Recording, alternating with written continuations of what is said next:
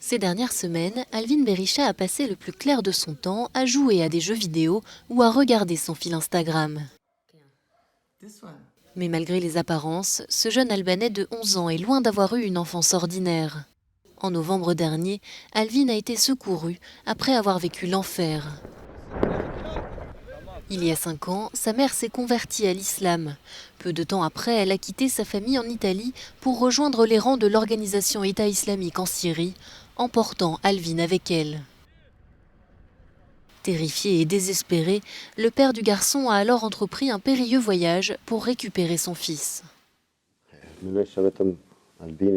Je pensais uniquement à Alvin. Rien d'autre ne m'intéressait. Il n'y avait que lui. Je connaissais les risques, mais qu'est-ce que je pouvais faire d'autre? Alvin était parti le 17 décembre et le 1er janvier, j'étais en Syrie. J'ai passé une semaine à le chercher sans le trouver. Puis, j'ai été capturé par Daesh. Afrim parvient toutefois à s'enfuir en donnant 500 € à son geôlier, un combattant de Daesh, lui aussi originaire d'Albanie. Cette expérience traumatisante n'entame pas la motivation d'Afrim, qui se rend en Syrie année après année pour chercher son fils. Un jour, il reçoit une lettre et découvre enfin où se trouve Alvin. Il décide alors de se rendre dans le camp de réfugiés pour le récupérer.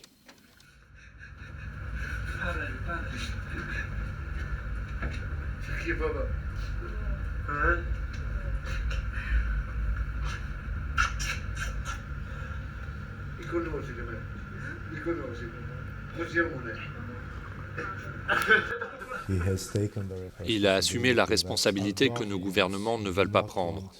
Il a trouvé son garçon. Il leur a dit où il se trouvait. Il s'est rendu dans le camp et il a ramené des images pour que tout le monde voie. Quand son père le retrouve, Alvin est seul et blessé. Sa mère est morte plusieurs mois plus tôt lors de la bataille de Baghouz, l'ultime bastion du groupe État islamique en Syrie. En tout, Alvin a passé près de 6 mois dans le camp d'Al-Hol, où se trouvent toujours plusieurs milliers d'enfants originaires d'Europe. La Croix-Rouge espère que l'histoire d'Alvin fera bouger les lignes. Quelques gouvernements ont commencé à discuter avec nous à propos de la répartition des autres enfants. C'est tellement complexe qu'ils ne peuvent pas dire ce qu'il va se passer demain. Cela prendra sûrement bien plus de temps car la situation au Moyen-Orient est très instable. Nous avons le sentiment que certains gouvernements comprennent ce qu'il est possible de faire grâce à la Croix-Rouge.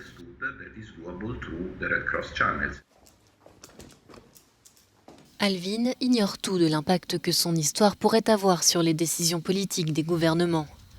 Pour l'heure, son unique objectif est de profiter de cette seconde chance et de récupérer l'enfance qui lui a été volée.